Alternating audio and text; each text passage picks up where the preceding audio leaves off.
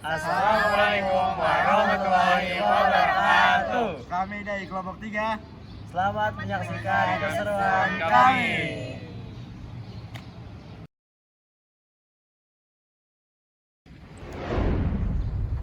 Ngapain kalian bakar-bakar sampah di sini? Loh, kenapa? Ini itu menyebabkan pemanasan global, tahu? Emang pemanasan global itu apa? Halo Sobat Ceria, perkenalkan nama Fazal Salma Sifa dari kelompok 3 Fisika 10B. Kali ini kelompok kami akan menjelaskan tentang pemanasan global. Apa sih pemanasan global itu? Pemanasan global menjadi isu yang cukup serius bagi berbagai belahan dunia termasuk Indonesia, guys.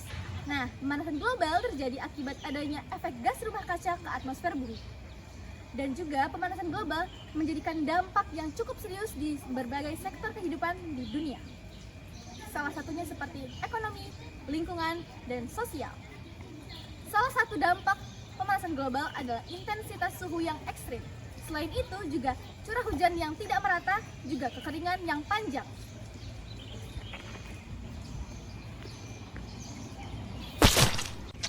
Hai, aku Anissa Latif Bazaro. Aku akan menjelaskan tentang pemanasan global. Tahu nggak sih, pemanasan global itu merujuk pada peningkatan suhu rata-rata atmosfer di bumi yang secara signifikan disebabkan oleh pelepasan gas rumah kaca yang disebabkan juga oleh aktivitas manusia.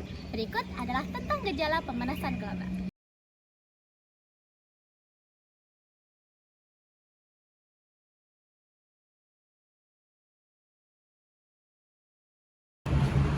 Peningkatan suhu global. Tahu nggak sih, sekarang suhu rata-rata di bumi terus meningkat, apalagi sejak abad ke-20.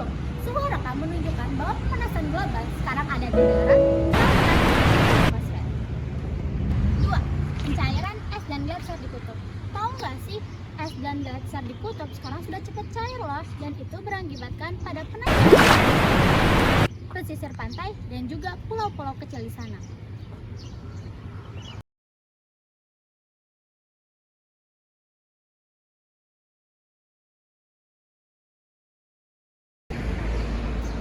Kenalin, nama aku Bizan Nafis Setiawan, ingin melanjutkan gejala pemanasan global dari Anissa.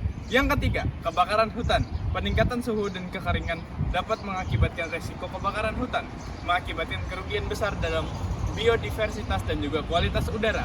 Yang keempat, ancaman bagi kesehatan manusia. Pemanasan global dapat mempengaruhi kesehatan manusia melalui penyebaran penyakit vektor, cuaca ekstrim, dan perubahan banyak penyakit.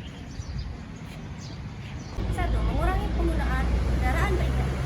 Dengan mengurangi penggunaan kendaraan pribadi, gas emisi rumah kaca yang dihasilkan akan berkurang. Kedua, menggunakan barang hemat energi. Dengan menggunakan barang hemat energi, kita bisa mengurangi gas emisi rumah kaca karena energi merupakan salah satu penyumbang terbesar gas emisi rumah kaca.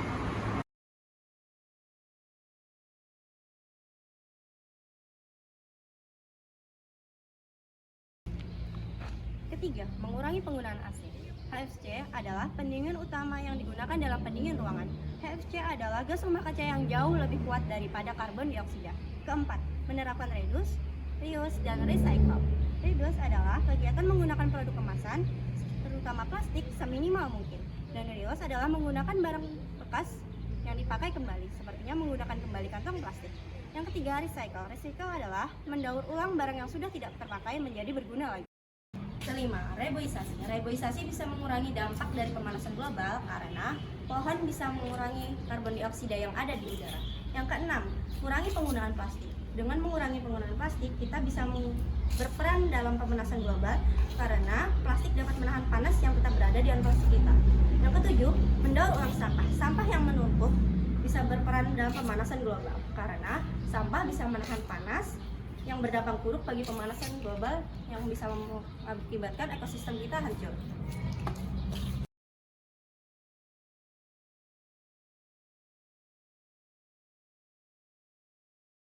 Halo, aku Amadia Florisa Aulia.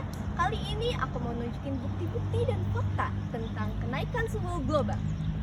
Nah, di sini ada grafik yang menunjukkan tentang kenaikan suhu rata-rata tahunan global dari 1850 sampai 2022. Para ilmuwan memprediksi suhu di bumi kemungkinan akan menembus ambang batas 1,5 derajat Celcius untuk pertama kalinya dalam sejarah. para peneliti, ada kemungkinan sebesar 66% bahwa ambang batas 1,5 derajat Celcius itu akan terlewati dari saat ini hingga 2020. Mereka meyakini bahwa melampaui ambang 1,5 derajat Celcius dapat memicu bencana bagi dunia. Dan dalam tahun-tahun ini, mereka yakin ada peluang yang sangat kuat bahwa ambang 1,5 derajat Celcius itu akan terlampaui untuk pertama kalinya.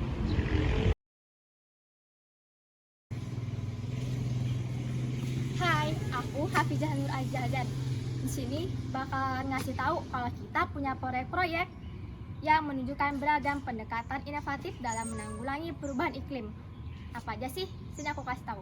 Yang pertama, ada Perjanjian Paris, yaitu kesepakatan antar negara yang bertujuan mengurangi emisi gas rumah kaca dengan upaya maksimal untuk membatasi kenaikan suhu hingga 1,5 derajat Celcius.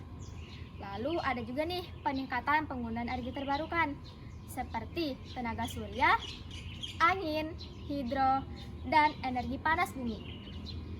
Gak boleh ketinggalan juga nih ada kolaborasi antar bangsa dan regional, baik melalui perjanjian iklim maupun melalui program-program kerjasama regional, menjadi kunci dalam upaya global untuk menanggulangi perubahan iklim.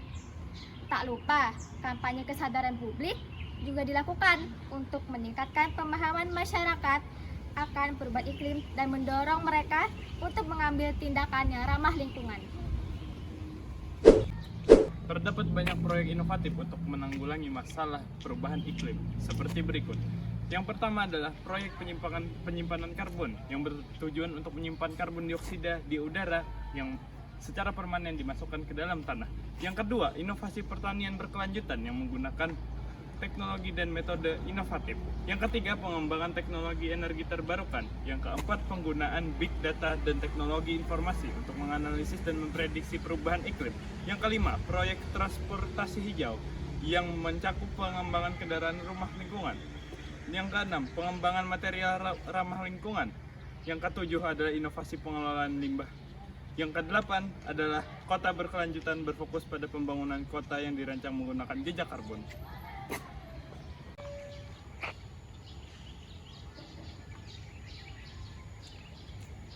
Halo, saya Muhammad Baikul Fat. Pemanasan global membuat bumi kita menjadi semakin panas. Karena dari itu, kita sebagai manusia menjaga bumi kita dengan cara dalam upaya mitigasi, yaitu dengan cara mengurangi penggunaan kendaraan pribadi, penggunaan AC, dan melakukan reboisasi. Dan menerapkan prinsip 3R, reduce, reuse, dan recycle. Dengan menerapkan dan menggunakan semua itu, kita dapat menyelamatkan bumi kita.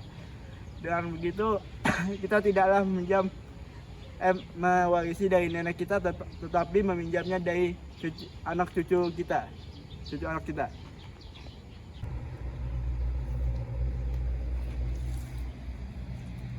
Oh, jadi itu ya kenapa kita tidak boleh melakukan pembakaran sampah. Karena dapat mengakibatkan pemanasan global. Nah guys, jadi kurang lebih seperti itu pertukaran kami hari ini. Kelompok 3. Dah.